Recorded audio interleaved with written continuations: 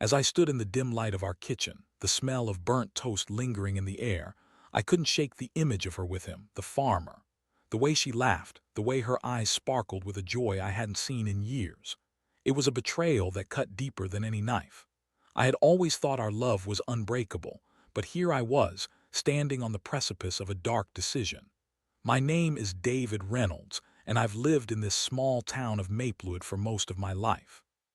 The kind of place where everyone knows everyone and secrets are as rare as a sunny day in November. I had married Sarah nearly a decade ago. She was the light of my life, the one person who made the mundane feel magical. At least that's what I thought. Sarah was beautiful, with long chestnut hair and a laugh that could fill a room. We had built a life together, one that revolved around our quaint little house on the outskirts of town. But lately, things had shifted. The spark between us had dimmed, and I found myself lost in the monotony of our routine. I worked long hours at the local auto shop, while Sarah spent her days at home, tending to our garden and volunteering at the community center. Then came Jake, the farmer. He was a rugged man with sun-kissed skin and hands that looked like they were made for hard labor. I had seen him around town, his truck rumbling down the dirt roads, his fields sprawling behind him. He was the epitome of everything I wasn't: adventurous, free-spirited, and seemingly unburdened by the responsibilities of life. It was during one of our town's summer fairs that I first noticed the connection between them. I had been busy manning our booth, selling homemade jams, when I caught a glimpse of Sarah laughing with Jake by the petting zoo. Their chemistry was undeniable, and an unsettling feeling began to gnaw at my gut. I brushed it off, convincing myself that I was being paranoid. But deep down, I knew something was off. A few weeks later, the truth came crashing down. I had come home early from work one day, hoping to surprise Sarah with dinner. Instead, I found her phone buzzing incessantly on the kitchen counter. Curiosity got the better of me, and I picked it up, my heart racing as I unlocked it. The screen lit up with a message from Jake: "Can't wait to see you tonight, just us." In that moment, my world shattered. I felt a cold wave of nausea wash over me as the realization hit. My wife was cheating on me with that damn farmer. I threw the phone down in disbelief, my mind racing with thoughts of betrayal and anger.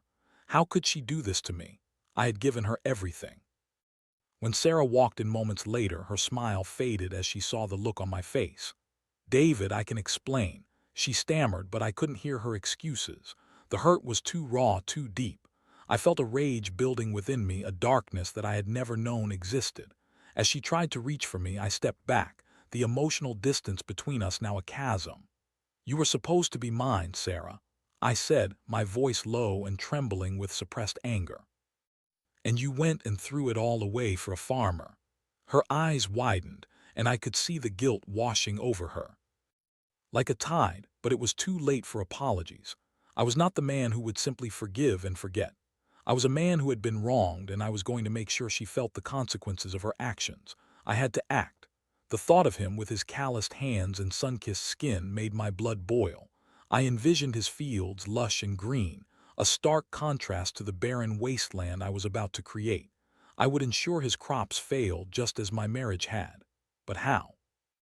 I needed a plan, a way to strike without getting caught. I could feel the adrenaline coursing through my veins as I began to plot my revenge. The days that followed the discovery of Sarah's affair felt like a blur. I walked around in a daze, my mind racing with thoughts of betrayal and revenge. I felt like a ghost in my own home, haunted by every memory of laughter and love that had now turned sour. The walls of our house, once a sanctuary, now felt like a prison filled with echoes of her laughter, laughter that was no longer meant for me. I was consumed by anger, the kind that twists your insides and makes your heart pound with a fierce, unrelenting beat. I watched Sarah go about her daily routine, blissfully unaware of the storm brewing inside me. She would smile and chat with the neighbors, her face glowing with a happiness that was now tainted by her deceit. I had to remind myself that she was not the same woman I had fallen in love with. She had become an unrecognizable stranger, and I had no intention of letting her get away with this. Jake the farmer was the embodiment of everything I despised at that moment. He had taken my wife, and I was determined to take something of his in return. The thought of his thriving crops, the very symbol of his success, filled me with a sense of righteous fury. I could picture his fields, stretching out under the sun, green and full of life. I wanted to see them wilt, to watch his hard work crumble into dust, just as my marriage had. I began to formulate a plan. The more I thought about it, the more I realized that I needed to act quickly and discreetly. I could let anyone catch on to what I was doing, not Sarah, not the townsfolk, and certainly not Jake. I needed to be a ghost, slipping through the shadows like a whisper, executing my revenge without a trace. I started by gathering information about Jake and his farm. I casually asked around town, pretending to be interested in the local agriculture scene. It didn't take long for the pieces to fall into place. I learned that he grew a variety of crops, corn, soybeans, and some seasonal vegetables. He was known for his impressive yields, and the town often praised him for his hard work and dedication. But that reputation was about to change. The more I learned, the more I realized that sabotaging his crops would require some finesse. I couldn't just march into his fields and destroy everything in sight. I needed to be methodical. The thought of using chemicals crossed my mind, but I quickly dismissed it. I didn't want to leave a paper trail or risk harming the environment. Instead, I decided on a more subtle approach, one that would leave him baffled and frustrated. I settled on a plan to disrupt his irrigation system. I had some experience with plumbing from my work at the auto shop, and I figured I could use that knowledge to my advantage. If I could sabotage the water supply to his crops, they would begin to wither and die without raising suspicion. It was the perfect crime, quiet, efficient, and deadly. I spent sleepless nights plotting the details. I would need to scout out his property, find the main water line, and figure out how to tamper with it without being seen. My heart raced with excitement and fear as I imagined the look on Jake's face when he realized his crops were failing. It was a twisted form of justice that I could almost taste. As the days passed, I became more and more obsessed with my plan. I watched Jake from a distance, taking note of his routines. He was often busy tending to his fields, and I could see the pride in his work. But pride can be a double-edged sword, and I was determined to use it against him. The night before I intended to carry out my plan, I lay awake, the weight of my decision pressing heavily on my chest. I thought about Sarah and the life we had built together. I remembered our wedding day, the promises we made to each other. But those memories felt like they belonged to someone else now. The love I had for her was overshadowed by the betrayal I felt. As I drifted into a restless sleep, I envisioned the barren fields, the dry earth cracking under the sun, and Jake's face twisted in confusion and despair. I felt a rush of adrenaline at the thought, a sense of power that I hadn't felt in a long time. Tomorrow, I would make my move. Tomorrow, I would take back control. The next day dawned with a heavy sky, the kind of overcast weather that felt fitting for the dark intentions brewing inside me. I woke early, my heart racing with anticipation. I had spent the previous night going over my plan in my mind, refining every detail until it felt like second nature. I would head to Jake's farm while he was busy in the fields, ensuring that I wouldn't encounter him or anyone else. After a quick breakfast, I prepared myself for the task ahead. I dressed in old clothes that I wouldn't mind getting dirty, a worn-out cap pulled low over my eyes to obscure my face. I grabbed a pair of gloves and a small toolkit filled with the essentials, a wrench, pliers, and a flashlight. I knew I had to be quick and efficient. Time was of the essence. The drive to Jake's farm was filled with a mix of anxiety and exhilaration. I could feel the adrenaline coursing through my veins, heightening my senses. The familiar roads of Maplewood seemed different today, as if they were leading me into a new chapter of my life, one fueled by vengeance rather than love. As I approached Jake's property, I could see the sprawling field stretching out before me, lush and green under the gray sky. The sight made my stomach churn, but it also ignited a fire within me. I parked my truck a safe distance away and stepped out, the air thick with the scent of damp earth and growing crops. I took a moment to gather my thoughts before making my way toward the irrigation system. I had studied the layout from a distance, and I knew where the main water line was located, an unassuming pipe running along the edge of his property. As I walked, I kept my head down, avoiding eye contact with the few workers I spotted tending to the fields. They were too focused on their tasks to pay me any mind, and I felt a strange sense of comfort in my anonymity. Once I reached the irrigation system, I crouched down and assessed the situation. The pipe was buried just a few inches beneath the surface, and I could see where it connected to the main reservoir. I took a deep breath, suppressing the nagging doubts that crept into my mind. What if I was caught? What if this all backfired? But the thought of Sarah with Jake pushed me forward. I had to do this. I began digging carefully, using my hands to pull the earth away from the pipe. The cool, damp soil crumbled easily, and soon I had exposed the irrigation line. I felt a rush of satisfaction as I looked at my handiwork. This was it, the moment I would turn the tide in my favor. I reached for my toolkit, pulling out the wrench and pliers. My plan was simple yet effective. I would create a small leak in the pipe, making it impossible for Jake to maintain a consistent water supply. I would make it look like a natural failure, something that could happen to any farmer. As I worked, I felt a thrill of excitement mixed with fear. The sound of the wind rustling through the fields was the only noise, and I could almost hear the heartbeat of the land around me. I could envision Jake, standing among his crops, scratching his head in confusion as he tried to figure out what had gone wrong. Just as I was about to make the first incision in the pipe, I heard a voice in the distance. My heart dropped as I froze, listening intently. It was a worker calling out to someone. Panic surged through me, and I quickly ducked behind a nearby bush, my pulse pounding in my ears. I waited, holding my breath as the voice grew closer. I could see the worker walking toward the fields, oblivious to my presence. I cursed under my breath, realizing I had to be more careful than I had anticipated. The last thing I needed was to be seen lurking around the farm. After what felt like an eternity, the worker moved away, and I seized the opportunity to get back to my task. I quickly cut into the irrigation line, creating a small but effective leak. Water began to trickle out, soaking into the ground beneath me.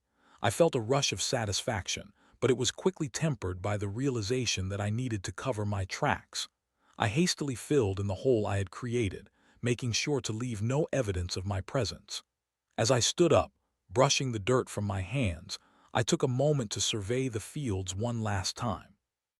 The green crops swayed gently in the breeze, oblivious to the turmoil that was about to unfold.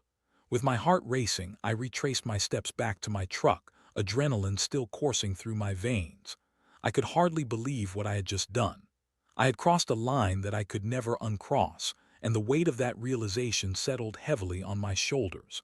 As I drove away, I could feel a mix of triumph and dread. I had executed my plan, but at what cost? I had set into motion a chain of events that would alter the lives of everyone involved. I couldn't shake the feeling that I was teetering on the edge of a precipice, and I had no idea what would happen next. The following days felt like a surreal haze, a blend of anxiety and anticipation. I was now a puppet master, pulling the strings of a dark play that was set to unfold. I had sabotaged Jake's irrigation line, and while I felt a rush of satisfaction at having taken action, there was also an undercurrent of dread gnawing at me. What if my plan didn't work? What if I was caught? The fear of exposure loomed over me like a storm cloud, threatening to break at any moment. As I went about my daily routine, I watched Sarah closely. She was still blissfully unaware of the chaos I had set in motion. I would catch glimpses of her phone, the notifications from Jake lighting up the screen, and each time it felt like a dagger to my heart. The anger I felt was palpable, but I channeled it into my resolve to see my plan through. I couldn't allow myself to falter now, not when I was so close to achieving my twisted form of justice. Jake's farm was a hive of activity, and I made sure to keep tabs on it from a distance. I would drive past, pretending to be casual, but my heart raced as I observed the workers moving about. I could see the rows of crops, still green and thriving, and I wondered how long it would take for my actions to bear fruit, figuratively speaking, of course. On the fourth day after the sabotage, I finally got my answer. I was at the auto shop working on a car when I overheard two customers discussing the recent troubles at the farm. My heart raced as I leaned in, straining to catch every word. "Did you hear about Jake's crops? They're all wilting." One of them exclaimed, disbelief etched on his face. "He can't figure out what's going on. It's like the water just stopped coming." I felt a surge of triumph wash over me, but I quickly masked it with a facade of concern. "That's terrible," I said, forcing a frown. "I hope he can get it sorted out." The other man nodded, shaking his head. "Yeah, he's been working day and night trying to save them, but something's definitely wrong with the irrigation. He's been losing so much produce, and if this keeps up, he might not make it through the season." I suppressed a grin. The satisfaction of knowing I had caused this turmoil was intoxicating. However, as the conversation continued, I felt a pang of guilt. Jake was not just some faceless enemy. He was a man trying to make a living just like me. But the anger I felt towards him for taking my wife overshadowed any sympathy I might have had. Over the next few weeks, I continued to hear snippets of gossip about Jake's farm. The once thriving fields were now a patchwork of brown and yellow, the crops wilting under the relentless sun. I could almost picture Jake, standing among the dying plants, frustration etched into his features. I imagined him packing back and forth, trying to figure out what had gone wrong, and the thought filled me with a sense of vindication. But as the days turned into weeks, I began to notice changes in myself. The satisfaction I had felt at the start began to fade, replaced by an unsettling emptiness. I was caught in a cycle of revenge that was consuming me. Whole, my thoughts were filled with visions of Jake's failing farm, but they were also clouded by a growing sense of regret. I had sacrificed my own peace of mind for the sake of vengeance. One evening, I found myself sitting alone in my living room, staring at the wall. Sarah was out, likely meeting Jake, and the thought made my blood boil. I had become a prisoner of my own making, trapped in a web of deceit and anger. The house felt cold and empty, a stark contrast to the warmth it had once held. As I sat there, I couldn't help but wonder how far I was willing to go with this. I had crossed a line, and I was beginning to realize that revenge was a double-edged sword. It had promised satisfaction, but instead, it was gnawing away at my soul. I had become the villain in my own story, and I felt a desperate need to reclaim my humanity. That night, as I lay in bed, I made a decision. I would confront Sarah. I needed to know if she still had any feelings for me, or if I was just a pawn in her game. I had to face the truth, no matter how painful it might be. I could no longer hide behind the facade of revenge. I needed to find out if there was any hope left for us. The next morning, I took a deep breath and steeled myself for the conversation. I knew it wouldn't be easy, but I had to do it. I had to confront the reality of my marriage, the truth about my wife, and the choices I had made. I would no longer let my anger dictate my actions. It was time to face the music, no matter the cost. I spent the morning packing around the house, rehearsing what I would say to Sarah. Each step felt heavier than the last as I contemplated the confrontation ahead. I could feel the weight of the past few weeks pressing down on me, the guilt of my actions mingling with the anger I still harbored for her betrayal. I tried to prepare myself for the worst, knowing that the conversation could lead to more heartbreak or, perhaps, a glimmer of reconciliation. When Sarah finally returned home, the air in the room felt thick with tension. She sensed something was off, her eyes darting around as she tried to read my expression. I could see the worry etching lines on her forehead, but I steeled myself, reminding myself of the purpose behind this confrontation. "David, is everything okay?" she asked, her voice laced with concern. I took a deep breath, the words forming in my throat like stones. "We need to talk," I said, my voice steady but firm. Her expression shifted, a flicker of fear crossing her features. "About what?" "About us. About what's been happening with you and Jake." I watched as her face paled, the color draining from her cheeks. It was a reaction I had anticipated, but it still stung to see her discomfort. "David, she began, but I cut her off. "I know about the affair, Sarah. I found the messages. I know you've been seeing him." The words felt like a punch in the gut, but I needed to say them. I needed her to understand the gravity of what she had done. She looked down, her hands trembling. "I didn't want you to find out this way. Save it, I snapped, the anger bubbling to the surface. I don't want to hear excuses. I want to know why. Why did you do it? The silence stretched between us, thick and suffocating. I could see the struggle in her eyes as she fought to find the right words. David, I felt alone. Things changed between us. You were always working and I felt neglected. I didn't mean for it to happen. It was a mistake. A mistake, I echoed, incredulous. You think sleeping with another man is just a mistake? You broke our vows, Sarah. Eyes filled with tears, and for a moment I felt a flicker of sympathy, but it was quickly overshadowed by the pain I had been carrying. I loved you, but I felt like you didn't love me anymore. I thought I could find that connection elsewhere. Did you ever think about what this would do to me, to us? My voice trembled with a mix of hurt and rage. You didn't even consider the consequences. I know, she whispered, her voice breaking. I'm so sorry, David. I never wanted to hurt you. I took a step back, the weight of her apology crashing over me like a wave. I wanted to believe her, to feel the love we once shared, but it all felt so distant now. What about Jake? Do you still want him? The question hung in the air, heavy with implications. I don't know, she admitted, her honesty cutting deeper than any lie could. It was exciting at first, but I realized now it was just a distraction. I miss you. I miss us, but I don't know how to fix this. The admission hit me hard. I felt torn between wanting to salvage our marriage and the bitterness that had taken root in my heart.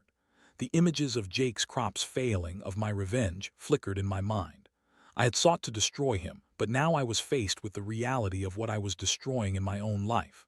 Sarah, I don't know if I can forgive you, I said, my voice barely above a whisper. I've done things, terrible things, because of this. I sabotaged Jake's farm. I wanted him to suffer for what he did to us. Her eyes widened in shock. What do you mean you sabotaged? His farm. I tampered with his irrigation system, I confessed, feeling the weight of the truth settle heavily on my chest. I thought it would bring me some sense of justice, but now I don't know if it was worth it. I can't believe you would do that, she said, her voice trembling with disbelief. David, that's not who you are. You're better than this. Maybe I'm not, I replied, frustration bubbling up inside me. Maybe I've become the monster in this story. As the reality of my actions sank in, I felt a wave of despair wash over me. I had crossed a line, and now I was stuck in a cycle of vengeance that had only brought more pain. I looked at Sarah, and for the first time I truly saw her, broken, remorseful, and searching for a way back to the love we once shared. I don't know what will happen next, I said, my voice cracking, but I can't keep living like this. I need to figure out what I want. Sarah nodded, tears streaming down her face. I'll do whatever it takes to make this right, David. I love you and I want to fix this, but I know it won't be easy. As we stood there, the weight of our choices hung heavily in the air. I realized that revenge hadn't brought me the satisfaction I had sought. It had only deepened the wounds between us. I had to make a choice, not just for myself, but for the future of our marriage. The conversation left me with a whirlwind of emotions. I felt raw and exposed, standing in the remnants of our shattered relationship. The reality of what I had done loomed over me, threatening to swallow me whole.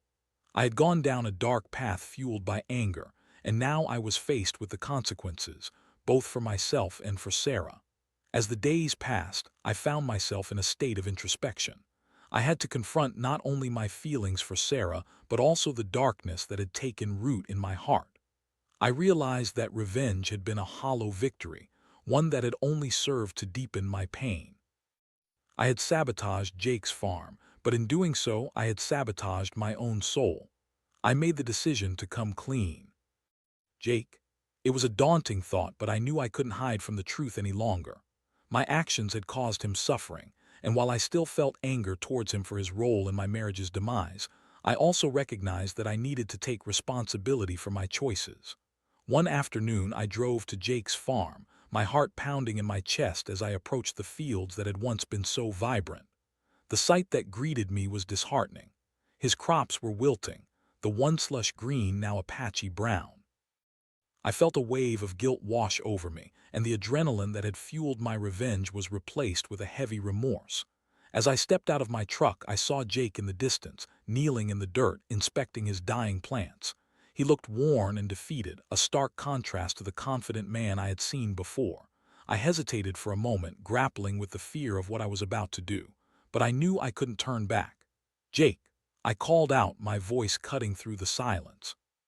He looked up, surprise etched across his features. What do you want, David? He replied, his tone guarded. I need to talk to you, I said, my voice steady despite the turmoil inside. As I approached, I could see the tension in his shoulders, the way his jaw clenched. I was acutely aware of the animosity that had brewed between us, but I pushed forward. I want to apologize, I began, my heart racing. What I did to your crops, it was wrong. I sabotaged your irrigation system. He stared at me, disbelief flashing in his eyes. You did what? Why would you do something like that? Because I was angry. I felt betrayed and I wanted to hurt you for what you did to Sarah and me. But I realize now that my actions only made everything worse. The weight of my confession felt liberating yet terrifying.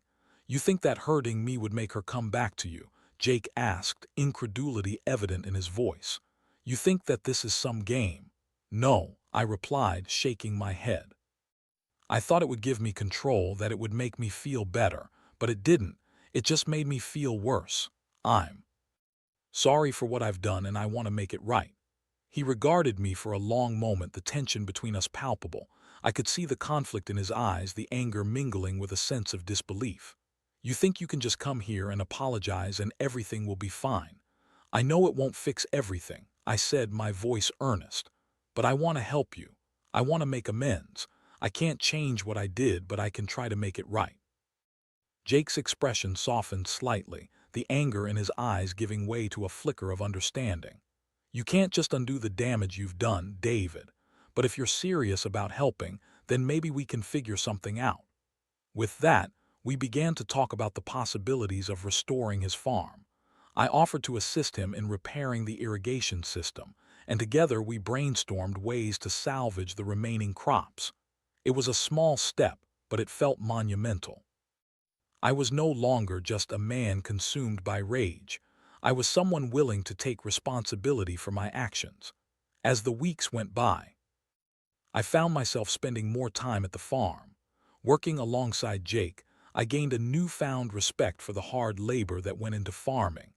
I learned about crop cycles, irrigation methods, and the challenges farmers faced.